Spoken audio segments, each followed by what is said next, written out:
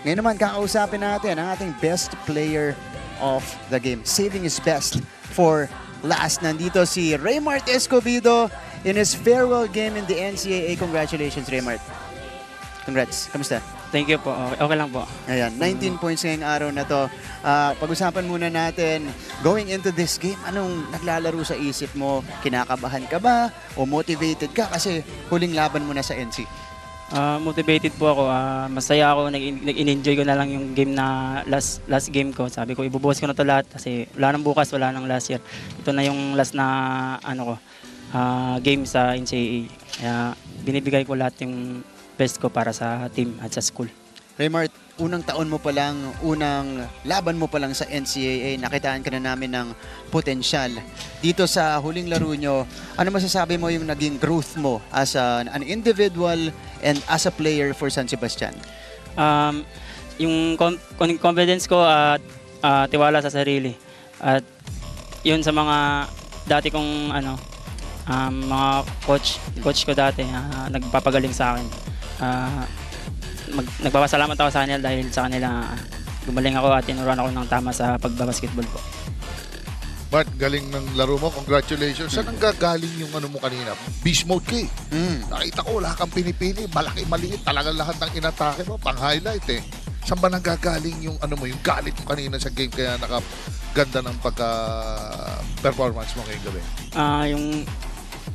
Yung gustong-gusto ko kasi tatalunin sila kasi para sa last namin, sa last game ko, gusto kong manalo kasi last exit na namin ni Regs Igabad. Sabi ko, kay Regs na buhos na natin to, last na natin, kailangan natin manalo para pag-exit natin, mas maganda yung pag-outcome natin sa NCAA. And yun lang po, ginawa ko lang yung best ko po, enroll ko sa team po. Ano sinabi sa iyo ng mga coaches bago yung laban na to? Dito, ano yung pep talk nila?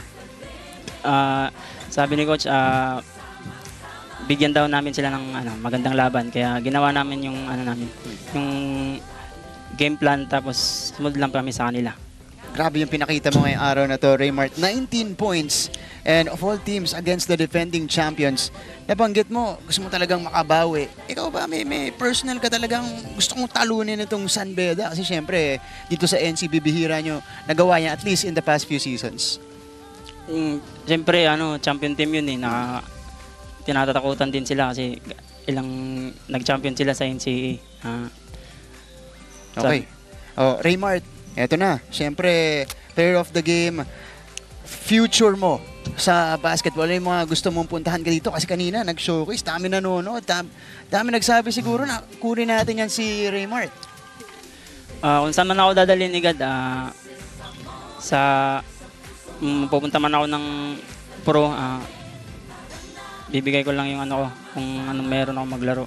And yan lang po. Okay. Alam ko marami nanonood sa'yo ngayon. Sabi mo kanina, off the air, mula ka sa Surigao City, doon ka lumaki. Surigao del Norte. Surigao del Norte, doon ka naglaro ng basketball ng una. So, pagkakataon mong batiin silang lahat dito, yung mga kababayan mo nanonood ngayon.